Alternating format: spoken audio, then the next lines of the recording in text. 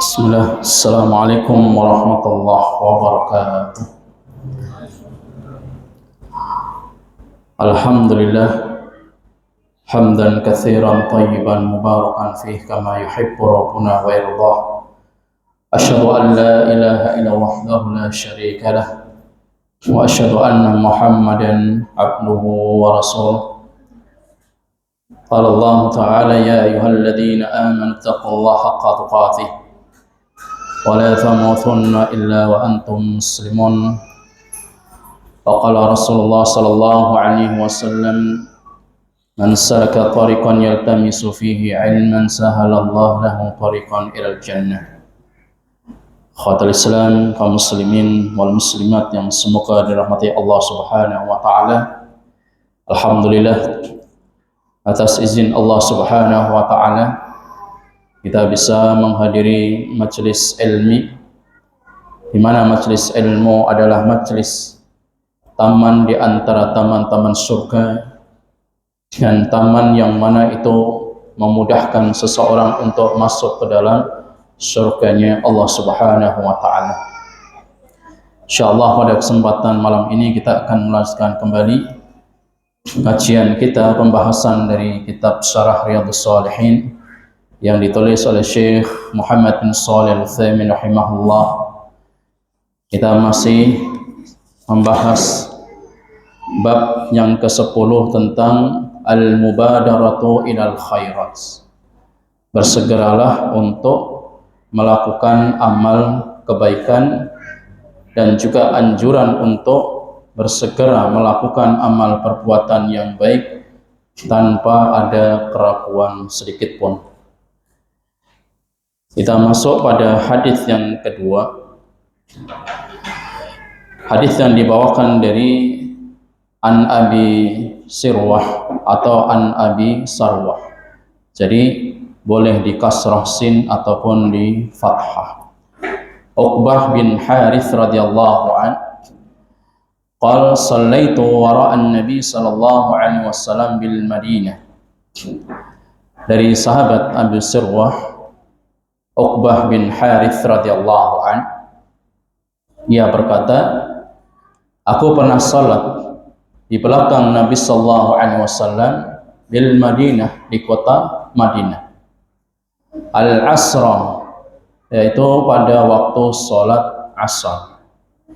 Fasallama thumma qama musri'an.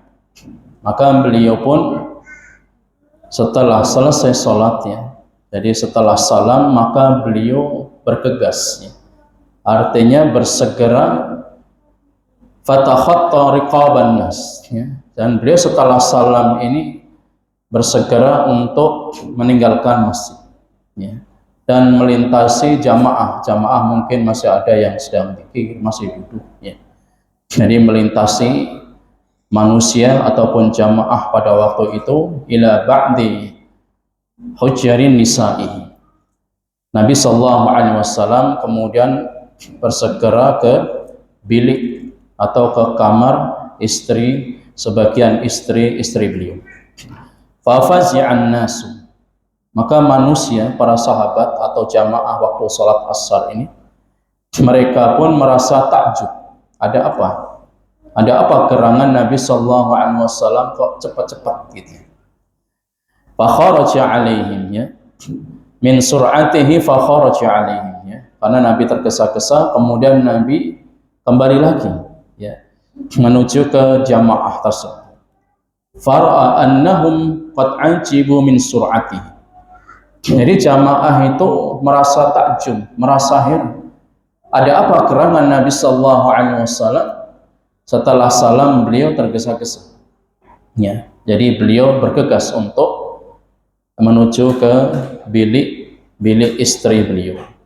Faqala dzakartu syai'an, maka Nabi sallallahu alaihi wasallam menyampaikan, aku teringat sesuatu, ya, min tibrin indana. Jadi beliau teringat dengan adanya sebatang emas, ya, yang ada pada diri kami. Fakarihtu an yahbisani, dan Nabi sallallahu alaihi wasallam itu khawatir kalau itu mengganggu beliau pada salat beliau atau dalam ibadah Nabi sallallahu alaihi wasallam. Fa amartu bi qismati, maka Nabi pun memerintahkan untuk membagikan sebatang emas tersebut. Bayangkan, ya, Nabi sallallahu alaihi wasallam ketika beliau beribadah, beliau sholat, ya, kemudian beliau ini terbesit, seolah-olah ada sesuatu yang membisikkan, ya, membuat beliau ini mungkin kurang nyaman, ya.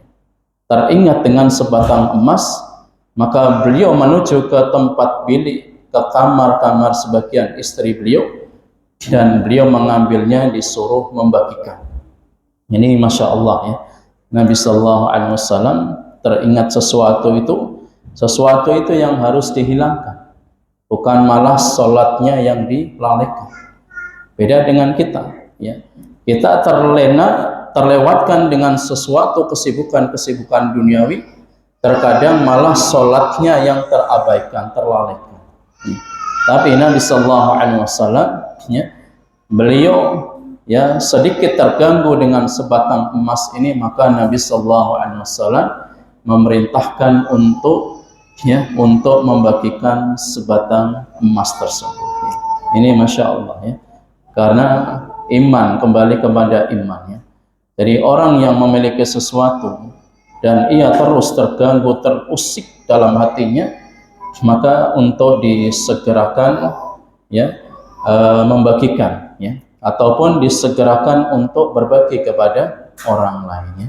Jadi ini yang bisa kita ambil pelajarannya dari Nabi sallallahu alaihi wasallam. Kalau kita, ya, terusik dengan sesuatu, salat kita gara-gara tidak khusyuk, ya, kemudian kita tersibukkan dengan perkara-perkara duniawi, maka coba, ya, sedikit itu kita kurangi, kemudian kita bagikan atau diinfakkan dan disedekahkan, ya.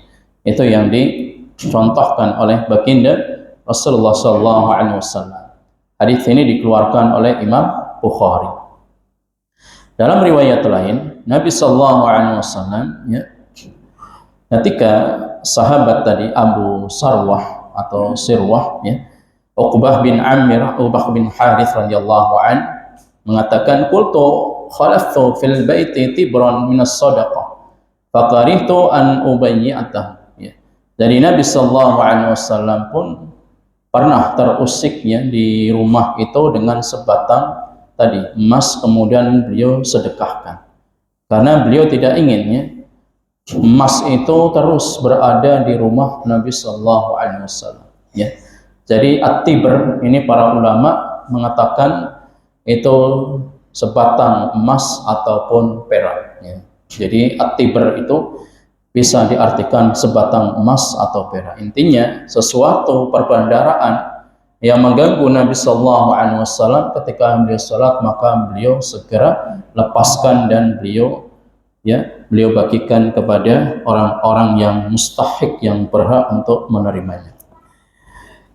Syarah daripada hadis ini, jamaah yang semoga dirahmati Allah Subhanahu wa taala, Syekh Utsaimin rahimahullah menukil daripada ucapan Uqbah bin Harith radhiyallahu an ketika dia itu salat di belakang Nabi sallallahu alaihi wasallam pada waktu salat Asar. Dan Nabi sallallahu alaihi wasallam insarafa min salatihi musri'an. Nabi sallallahu alaihi wasallam ini beliau untuk segera selesai salat, ya, maka segera melintasi jamaah, ya. Kemudian menuju ke tempat bilik-bilik istri Nabi sallallahu alaihi wasallam. Maka manusia menjadi istaghraba, menjadi takjub, menjadi terheran-heran. Ada apa? Ya, dengaran Nabi sallallahu alaihi wasallam ini kok tergesa-gesa, ya. Tidak berzikir dulu, ya, tapi tergesa-gesa untuk mengambil barang itu yang membuat beliau ini terusik dalam sholat, ya. Akhirnya disuruh bagikan, ya.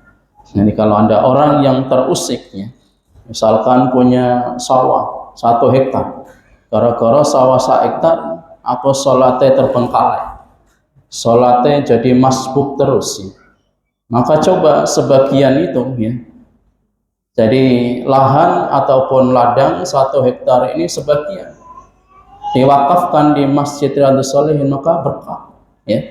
Jadi ada suatu keberkahan kalau ada sesuatu yang itu mengusik kita dan kita sedekahkan, kita infakkan, ya. Terlebih lagi masjid yang digunakan terus, ya, dari pagi sampai malam digunakan untuk beribadah kepada Allah Subhanahu wa taala, untuk belajar, ya, kemudian untuk kajian dan sebagainya. Ini yang dilakukan oleh Nabi sallallahu alaihi wasallam, ya. Kemudian kata Syekh Utsaimin rahimahullah, "Tsumma kharaja fara'an nasu qad ajibu min dzalika." Dan manusia itu jamaah pada waktu itu, ya, terheran-heran dengan apa yang dilakukan Nabi sallallahu alaihi wasallam, sehingga beliau pun menyampaikan sebab kenapa aku ini tergesa-gesa keluar langsung setelah sholat asar dari masjid dan menuju ke sebagian bilik-bilik istri beliau, ya. Maka beliau itu hanya teringat 1 batang, ya, 1 batang emas atau 1 batang perak. Kalau dikurskan berapa uang itu, ya. Jadi kalau 1 batang misalkan, ya, 5 gram, ya, itu tinggal kalikan. Kalau 1 gram sekarang 1 juta, berarti 5 juta. Gara-gara duit 5 juta, Nabi, ya, terusik dalam ibadahnya, maka beliau bagikan. Dan Nabi nggak takut miskin. Nabi nggak takut besok mau belanja apa. Beliau tidak pernah memikirkan besok apa yang harus diberikan kepada istri-istri. Hanya karena masalah terusik dalam ibadah, maka beliau tidak pikir panjangnya. Kemudian kata Syekh Utsaimin rahimahullah, ya, ketika beliau menyampaikan fakarihtu an yahbisani fa amartu bi qismati, ya, ketika sesuatu itu mengusik dalam ibadah, dalam hatinya, maka beliau pun untuk membagikan barang-barang berharga, baik itu berupa emas, berupa perak, atau kita mungkin saat ini mungkin berupa tanah kalau punya tanah, atau berupa, ya, sesuatu yang berharga baik kita, kalau itu membuat kita ini malah terlalaikan daripada sholat, daripada mengingat Allah Subhanahu wa taala, maka ini adalah sebuah musibah, ya. Jadi kalau kita mendapatkan nikmat dan nikmat itu tidak malah mendekatkan diri kita kepada Allah, itu adalah musibah, ya. Kullu ni'matin, ya, setiap nikmat allati la tuqarribu ila Allah fahiya baliyah. Setiap nikmat yang tidak bisa mendekatkan diri kepada Allah, maka itu adalah musibah, ya. Yang ini yang dilakukan manusia sekarang ini, mabrur. tertipu dengan kenikmatan duniawi, ya. Dia nggak peduli nanti sholatnya bagaimana, ya. Kemudian ibadahnya bagaimana, yang penting dia setiap hari, ya, 24 jam pikirannya hanyalah duniawi tersebut. Dan kata Syekh Utsaimin rahimahullah, beliau menjelaskan, fa fi hadzal hadithi al-mubadaratu ila fi'lil khair. Jadi hadis ini menunjukkan kesesuaian dengan bab ini, bab al-mubadarah ilal khairat, ya. Bab tentang bersegera untuk melakukan kebaikan. Maka Nabi Shallallahu Alaihi Wasallam ketika beliau ingin bersedekah, maka beliau langsung bersegera, tidak menunda-nunda, tidak nanti kalau sudah banyak, kan baru 1 batang emas, 1 batang perak, nunggu kalau sudah 1 peti misal. Nabi tidak mengatakan seperti itu, atau menunggu kalau sudah 1 koper gitu. Nabi tidak menunggu lama-lama. Pokoknya kalau beliau ingin di dalam hati ingin melakukan kebaikan, langsung bismillah, ya. Bismillahirrahmanirrahim, langsung diserahkan kepada yang berhak. Wa alla yatawanil insanun an fi'lihi, dan manusia tidak menunda-nunda, Bapak Ibu, ya. Jadi jangan menunda-nunda suatu kebaikan, ya. Ini harus kita contoh bagaimana Nabi Sallallahu Alaihi Wasallam ketika beliau ini punya azam, ya, punya tekad yang baik, itu disegerakan, ya, disegerakan. Misalnya, ya, ada orang yang belum menikah, maka disegerakan bulan depan harus menikah, ya. Kemudian ketika ada orang yang mendapatkan rezeki dari Allah, ya, dan dia punya azam, kok saya pengen umroh misalnya, ya, segera daftar umroh kalau dia sudah mampu dan punya azam, punya tekad untuk melaksanakan ibadah umroh. Jangan ditunda-tunda terus, karena usia itu nggak ada yang tahu, ya. Bisa jadi kita sudah punya niatan tapi tidak kita amalkan, tidak kita lakukan, tidak kita segerakan, maka kebaikan-kebaikan ini akan tertunda dan terhalangi pada diri kita, ya. Jadi intinya, kalau kita sudah punya niat yang baik, maka disegerakan. Wal insanu yanbaghi an yakuna kaisa, dan seyogyanya manusia, Bapak Ibu, hendaknya dia itu menjadi orang yang kais, ya, atau kais. Apa arti kais? Yaitu orang yang cerdas, ya. Orang yang cerdas itu bukan orang yang memiliki gelar profesor, doktor, bukan, Bapak. Orang yang cerdas itu orang yang bisa memanfaatkan umurnya, memanfaatkan waktunya, memanfaatkan hartanya, diinfakkan di jalan Allah. Itu orang-orang yang cerdas. Ya'malu lama ba'dal mauti wa la yatahawu. Dia mengerjakan, dia tahu setelah kematian, ya, ini apa yang akan terjadi, dan tidak meremehkan tentang perkara-perkara ukhrawi. Karena kebanyakan manusia kan meremehkan, ya. Jadi terkait tentang masalah perkara-perkara yang berkaitan akhirat itu diabaikan. Wah, nanti saya ingin bersedekah, saya ingin infak nanti kalau sudah mapan, ya. Kemudian ingin rajin beribadah nanti nek wis pensiun. Tapi ketika pensiun atau belum, nggak tahu, ya. Karena umur nggak ada yang tahu, ajal tidak ada yang tahu, karena perkara gaib. Kemudian kata Syekh Utsaimin rahimahullah, ya, wa idza kana al-insanu fi umuri dunyahu yakunu musri'an, ya. Jadi kalau manusia ini berkaitan tentang perkara-perkara duniawi, biasanya dia itu bersegera. Beda dengan berkaitan perkara-perkara ukhrawi. Kalau perkara akhirat itu seringnya nanti, ya, ditunda-tunda, dipending terus, ya. Jadi kapan mau kajian? Wah, nanti kalau sudah ada kelonggaran waktunya. Jadi emangnya orang yang menghadiri kajian itu para pengangguran? Tidak, ya. Jadi orang yang ingin beribadah itu justru meluangkan waktu supaya bisa beribadah kepada Allah, ya. Karena dianggapnya orang yang hadir kajian itu para pengangguran, semua punya kesibukan, ya. Saya punya kesibukan, antum juga punya kesibukan. Tapi bagaimana waktu ini bisa kita manfaatkan, ya.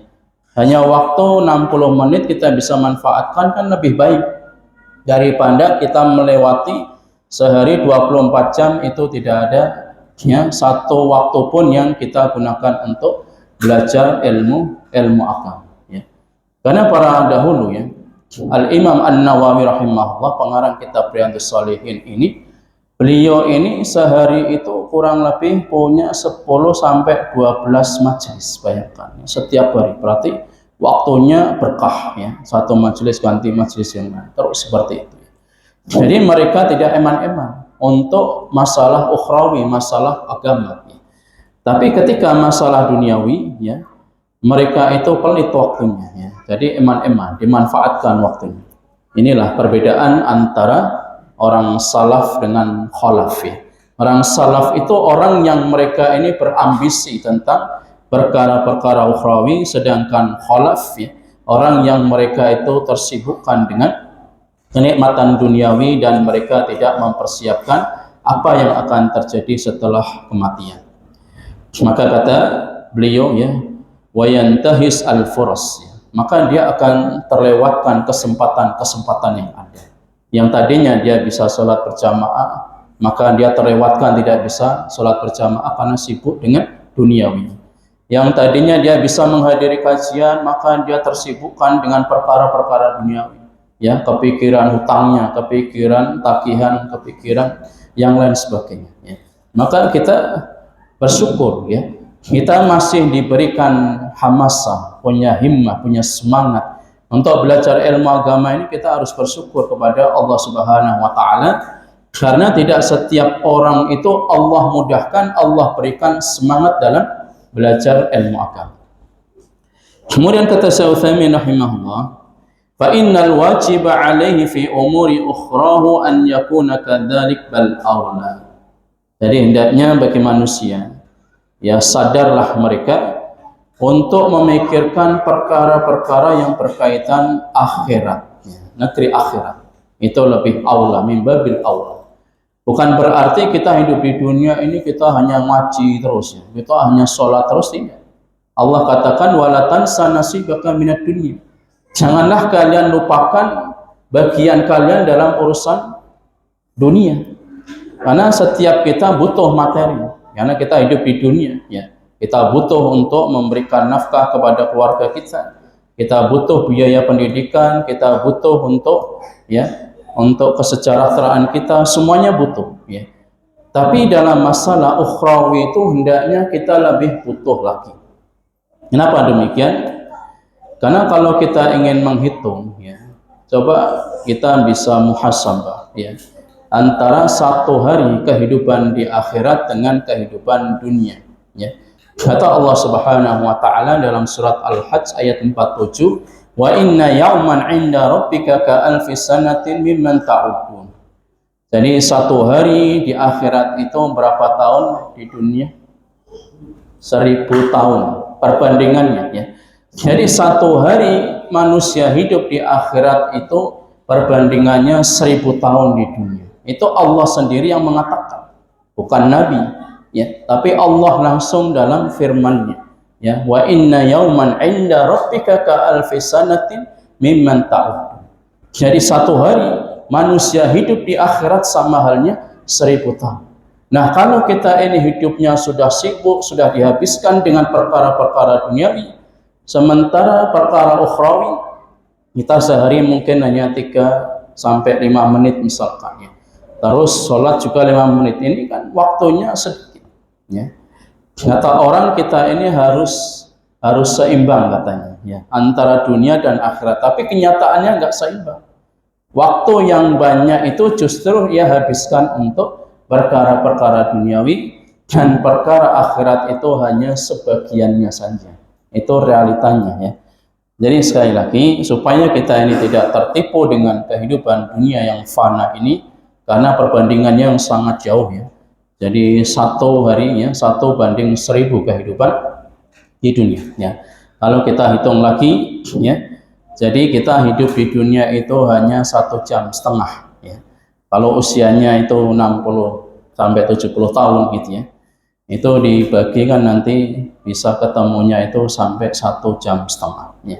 Itu dibandingkan kita hidup di akhirat 1 hari sama dengan di dunia, dan kita hidup di dunia itu hanya 1,5 jam. Dan kata ulama Hasan Al-Basri rahimahullah, manusia hidup di dunia itu hanya 3 waktu, 3 masa. Waktu yang pertama ini yang madha, yang sudah berlalu, ya. Jadi waktu yang sudah berlalu tidak mungkin akan kembali meskipun 1 detik. Waktu yang kedua adalah waktu yang sekarang ini, yang sedang kita lakukan ini adalah waktu ini, ya. Kemudian waktu yang ketiga adalah waktu mustakbal, ya.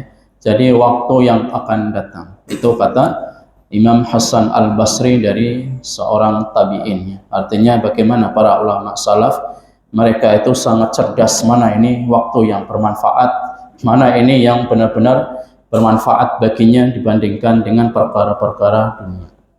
Dan ini selaras dengan firman Allah Subhanahu wa taala dalam surat Al-A'la, bal tu'thirunal hayatad dunya. Bahkan manusia itu mereka tersibukkan, ya, tersibukkan dengan kehidupan duniawi. Wal akhiratu khairu wa abqa. Sedangkan negeri akhirat itu kata Allah lebih baik dan lebih kekal, ya. Lebih baik dan lebih kekal. Sementara dunia kata Allah Subhanahu wa taala itu adalah negeri yang fan, ya. Kullu man 'alaiha fan, ya. Jadi semua itu akan binasa, semua akan hancur. Wa yabqa wajhu rabbika dzul jalali wal ikram. Dan yang akan kekal hanyalah Allah Subhanahu wa taala.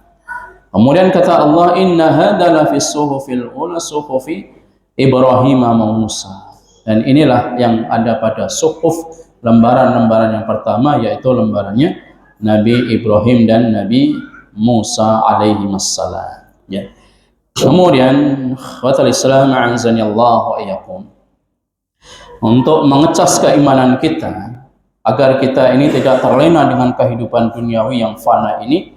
Wa fi hadza dalil, kata Syekh Utsaimin rahimahullah, dalil ini surat Al-A'la ayat 16 sampai 19 ini sebagai dalil ala anna Rasulullah sallallahu alaihi wasallam asra'un nas mubadara, bahwa Nabi sallallahu alaihi wasallam ini manusia yang paling bersegera dalam melakukan kebaikan, ya.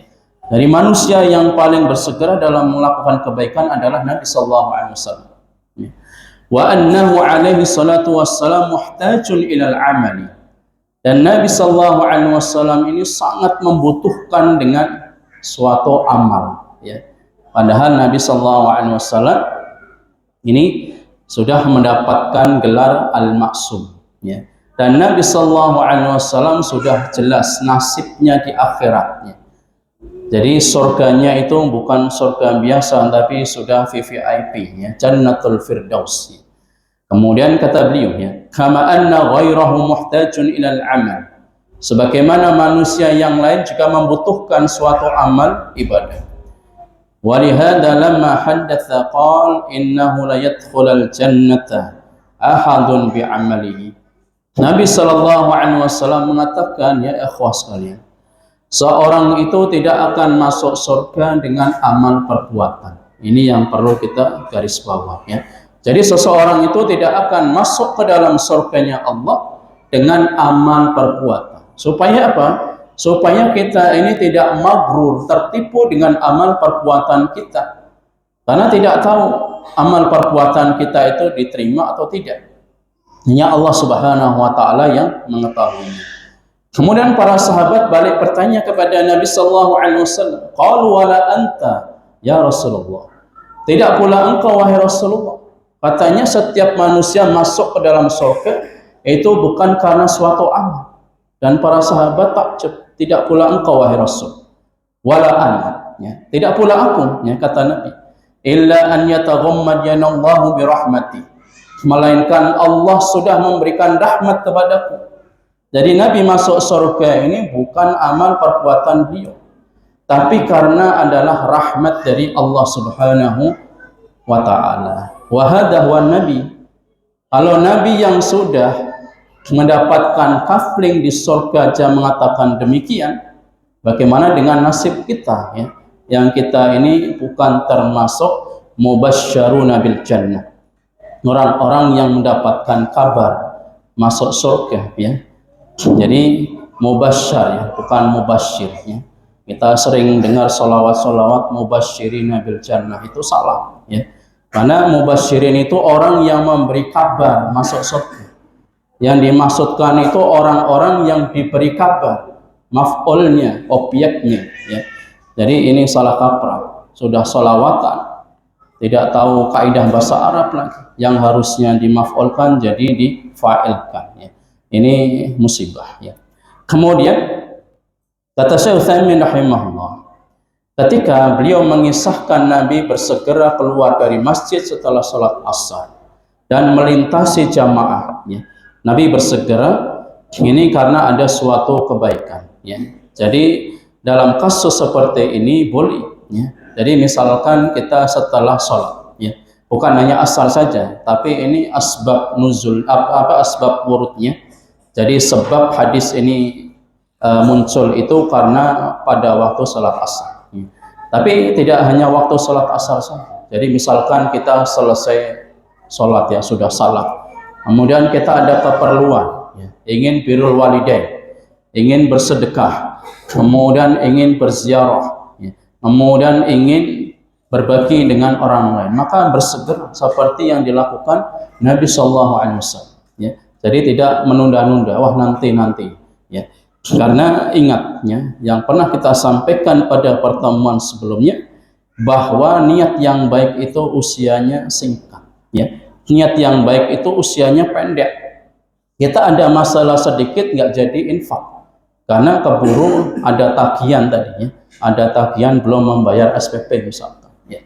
Padahal kita sudah punya niat untuk bersedekah, gara-gara ada tagihan cicilan ya, sepeda motor atau mobil, wah nggak jadi, masih teringat ya. Nggak jadi bersedekah. Akhirnya apa? Akhirnya dia gunakan seperti itu. Itulah maksud daripada niat yang baik itu usianya singkat dan pendek sekali.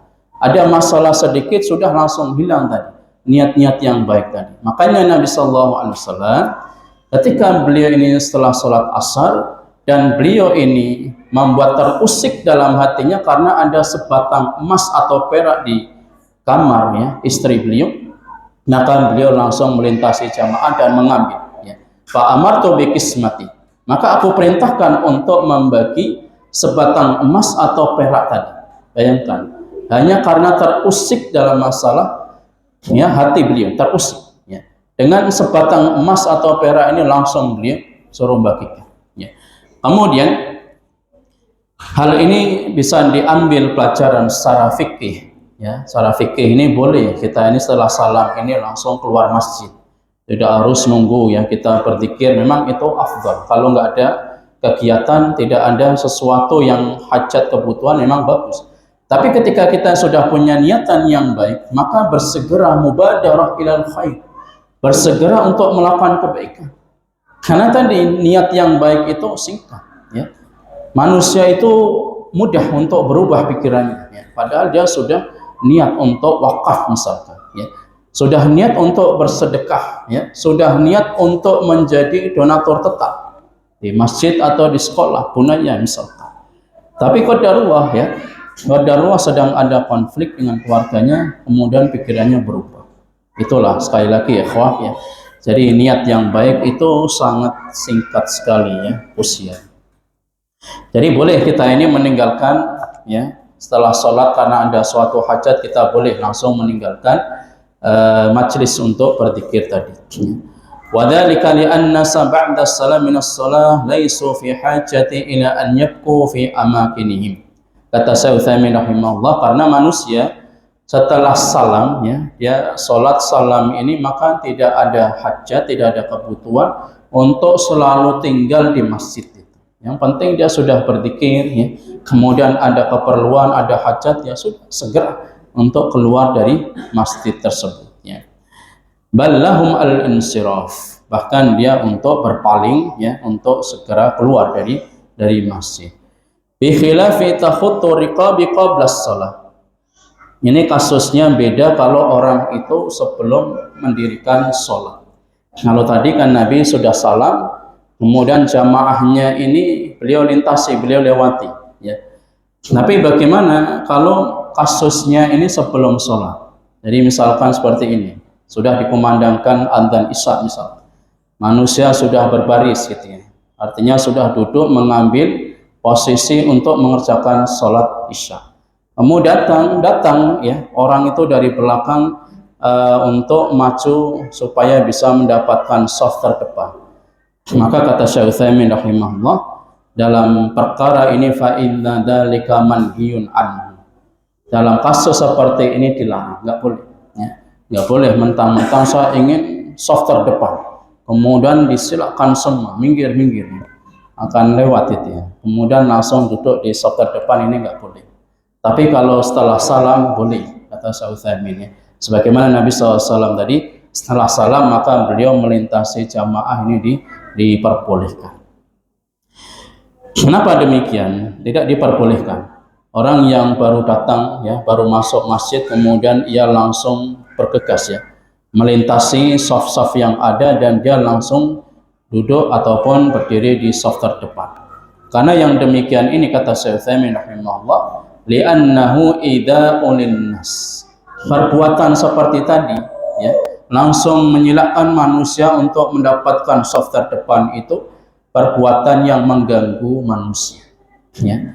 Beda kalau misalkan manusia itu, calon jamaah itu masih berdiri atau masih duduk-duduk di belakang, kemudian sudah iqamah dan kita langsung mengambil shaf terdepan, beda lagi. Tapi kalau sudah duduk ya, sudah ada shaf-shaf kemudian duduk sudah rapat, kalau dia langsung menyilakkan shaf-shaf yang ada di depannya supaya bisa duduk, maka ini tercela, ini dilarang. Kecuali kalau jamaahnya masih tersebar, belum tertata shafnya, maka ini diperbolehkan. Walihada qata'an Nabi sallallahu alaihi wasallam.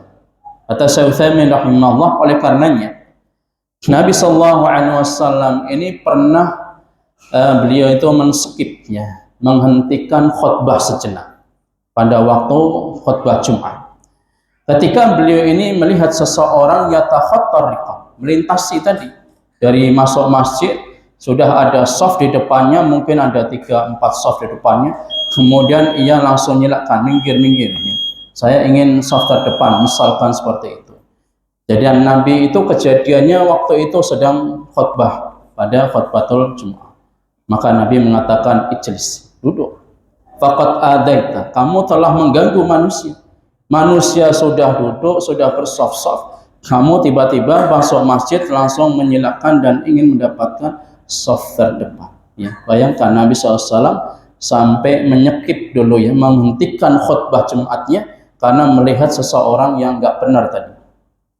Dan hadis ini, khawas kalian, bisa kita ambil pelajaran bahwa Nabi SAW ini juga seperti manusia yang lainnya ya.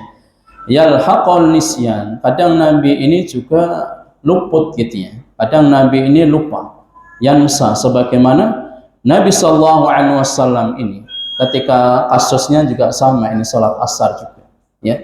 Nabi ketika sholat asar ini beliau hanya sholat 2 rakaat, maka jamaahnya para sahabat takjub, aqsar tas-sholat ya. Nabi SAW ini melihat kok ada yang ganjel gitu, maka Nabi ya ditanya, apakah engkau mengqasar sholat wahai Rasul? Kemudian Nabi terdiam ya. Nabi antara membenarkan dan tidak, karena menurut beliau sholat asar sudah 4 rakaat. Maka Nabi SAW terdiam, kemudian menanyakan kepada sahabat, siapa nama sahabat tadi? Atau gelar atau lakabnya? Dzul Yadain, yang memiliki tadi ya, jari yang panjang, dia menunjukkan aqsar tas. Apakah benar yang dikatakan ini? Maka na'am ya, shadaqah ya, benar apa yang dikatakan.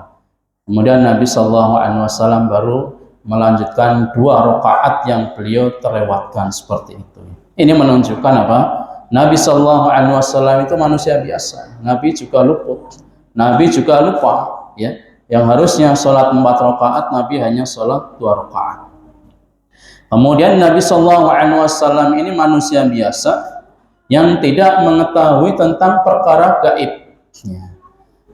Allah Subhanahu wa taala menyampaikan dalam surat Al-An'am, "Qul la aqulu lakum indi khazainullah." Katakanlah wahai Muhammad, aku ini tidak mengatakan kepada kalian aku telah mengetahui tentang perkara-perkara yang ada pada Allah Subhanahu wa taala, perbendaharaan Allah Subhanahu wa taala. Wala a'lamul ghaib, dan aku tidak tahu tentang perkara gaib, ya. Kalau ada orang yang bisa meramal, ya, kemudian bisa, ya, memastikan nanti masa depanmu suram seperti ini, banyak ujian, banyak cobaan, maka ketahuilah itu adalah kahin, dukun. Wala aqulu lakum inni malik, dan Nabi sallallahu alaihi wasallam tidak pernah mengatakan aku adalah seorang malaikat, ya. Jadi Nabi sallallahu alaihi wasallam manusia biasa, manusia yang kadang salah, kadang lupa. Tetapi Allah Subhanahu wa taala menjaga beliau, maksum beliau, ya.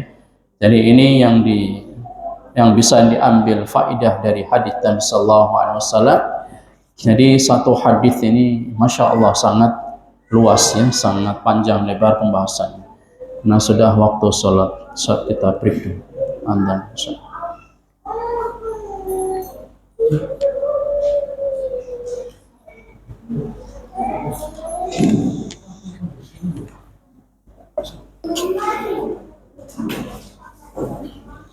kita lanjutkan, masih membahas suatu hadis dari Nabi Sallallahu Alaihi Wasallam, karena ada suatu peristiwa Nabi Sallallahu Alaihi Wasallam terusik dalam hati beliau, maka Nabi Sallallahu Alaihi Wasallam bersegera melakukan kebaikan untuk membagikan apa yang beliau miliki di dalam rumahnya. Kemudian kata Syekh Utsaimin rahimahullah, menjelaskan hadis ini juga menjadikan dalil ala syiddatil amanah wa adhamiha, tentang untuk selalu menjaga amanah dan mengagungkan, ya.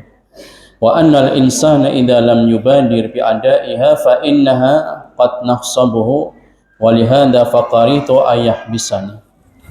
Karena manusia ketika dia itu tidak menyegerakan perkara-perkara kebaikan, maka dia itu akan terhalangi untuk melakukan kebaikan-kebaikan yang ada. Fakadzalika aidan fid dain.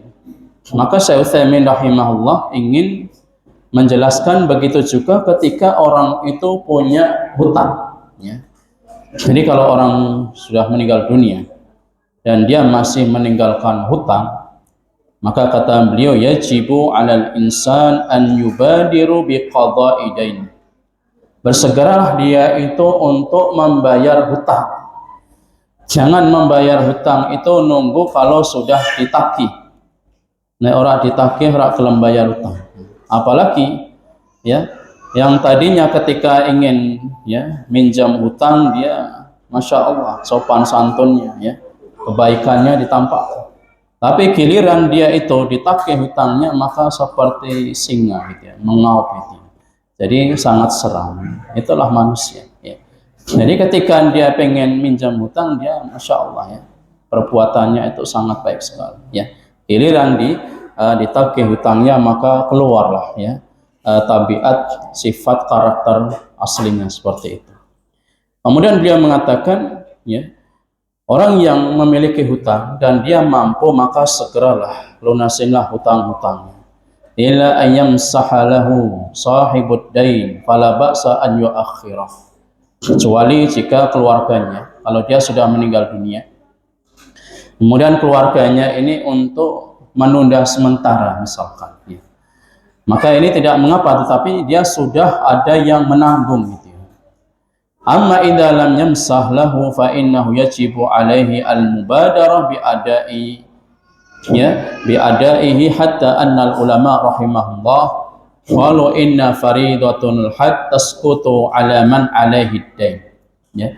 Jadi kalau dia punya hutang, maka segeralah bayarlah hutang ketika sudah ada dananya, karena para ulama mengatakan bahwasanya haji yang hukumnya wajib itu bisa gugur, ya.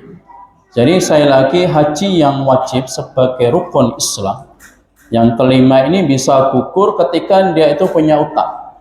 Misalkan dia punya dana 100 juta, Kemudian bisa dia untuk daftar haji, ya, 65 juta. Kemudian yang 35 juta buat tasyakuran misalkan, atau buat walimatus safar, atau buat bekal bagi keluarganya di rumah. Tapi karena dia itu punya hutang, dan hutangnya sudah ditagih, maka dia gugur, tidak wajib untuk menunaikan hajinya. Disegerakan tadi untuk bayar hutang, ya. Ini para ulama mengatakan demikian. Berarti apa? Hutang itu memang, ya, bayar hutang itu suatu kebaikan yang harus segera untuk dilunasi ketika sudah ada dananya. Kemudian kata beliau, ya, li'anna dain amruhu azim, karena hutang ini adalah perkara yang sangat besar. Nabi SAW pernah menyampaikan terkait tentang masalah hutang piutang, karena ini menyangkut tentang hakul adab. Qabla an yaftahallahu alaihi al-futuh idza ji'a ilaihi bir-rasul sa'ala hal alaihi dain, ya. Jadi Nabi sallallahu alaihi wasallam, ya, ketika beliau datangkan adanya suatu jenazah, maka Nabi dikatakan, apakah si jenazah ini punya hutang? Apakah orang ini punya hutang, ya? Fa in qalu, kalau mereka mengatakan la, tidak punya hutang, taqaddama wa sallama alaihi, maka Nabi pun bersegera untuk mensolati jenazah tadi. Fa in qalu na'am, kalau mereka jamaah mengatakan iya, dia punya hutang, maka Nabi mengatakan, hal lahu wafa, apakah ada orang yang menjamin hutangnya untuk membayar hutang-hutangnya? Fa in qalu na'am, kalau mereka mengatakan iya, sudah ada yang menjadi dhamin, yang menjadi penjamin untuk membayar hutang, maka Nabi sallallahu alaihi wasallam pun maju dan mensolatkan. Kalau mereka tidak ada yang menjamin, ya, ada orang sudah meninggal dunia, ya, punya utang 100 juta, keluarganya nggak ada yang menjamin, nggak ada yang mau membayar utang, Nabi diam, tidak mau mensolatkan. Ta'akhkhara wa lam yusall, ya, Nabi SAW tidak mau mensolatkan, ya. Yatruku salatu 'alal mayyit idza kana 'alaihi dain, Nabi meninggalkan, tidak mau mensolatkan jenazah kalau jenazah itu punya hutang, dan kalau punya hutang itu ada keluarga yang siap untuk menjamin hutang. Maka hutang ini bukan perkara yang remeh, ya. Tidak terus orang ini punya hutang, ya. Kasusnya kan sekarang pinjol, ya. Jadi karena sudah terlalu banyak, ya, hutang pinjol, kemudian dia supaya lebih aman dan tidak ditagih, lebih baik bunuh diri. Kalau bunuh diri kan seolah-olah urusan selesai, ya. Jadi bukan masalah selesai, justru tambah ruwet, ya, tambah masalah lagi kalau orang itu lari dari hutang, ya. Kemudian Nabi Shallallahu Alaihi Wasallam mencontohkan tadi, ya. Jadi tidak mau mensolatkan jenazah, dia tinggalkan. Faqaddama ilaihi dzatu yaumin rajulun min Ansar, maka datanglah seorang laki-laki dari kaum Ansar, la yusalli alaihi fa khatta khatwa thumma qala hal alaihi dain, ya. Dia mengatakan, apakah jenazah ini punya utang, ya. Qalu na'am, mereka para jamaahnya mengatakan, iya, dia itu punya utang, ya. Ya Rasulullah, salasa danarin, ya, dia punya hutang 3 dinar. Walaysa laha wafa, dan tidak ada orang yang mau melunasi hutangnya, tidak ada yang menjamin untuk melunasi hutangnya. Fata'akhkhara, maka Nabi pun mengakhirkan solat sampai benar-benar ada orang yang mau menjamin hutang. Faqala sallu ala sahibikum, kata Nabi sallallahu alaihi wasallam, solatlah, ya, kalian semua, ya, untuk mensolatkan. Fa'arrafa dzalika fi wujuhil qaum taghayyarat wujuhum kaifa lam yusalli alaihi Nabi sallallahu alaihi wasallam. Maka suatu kaum ini jamaahnya itu pada kaget. Kenapa?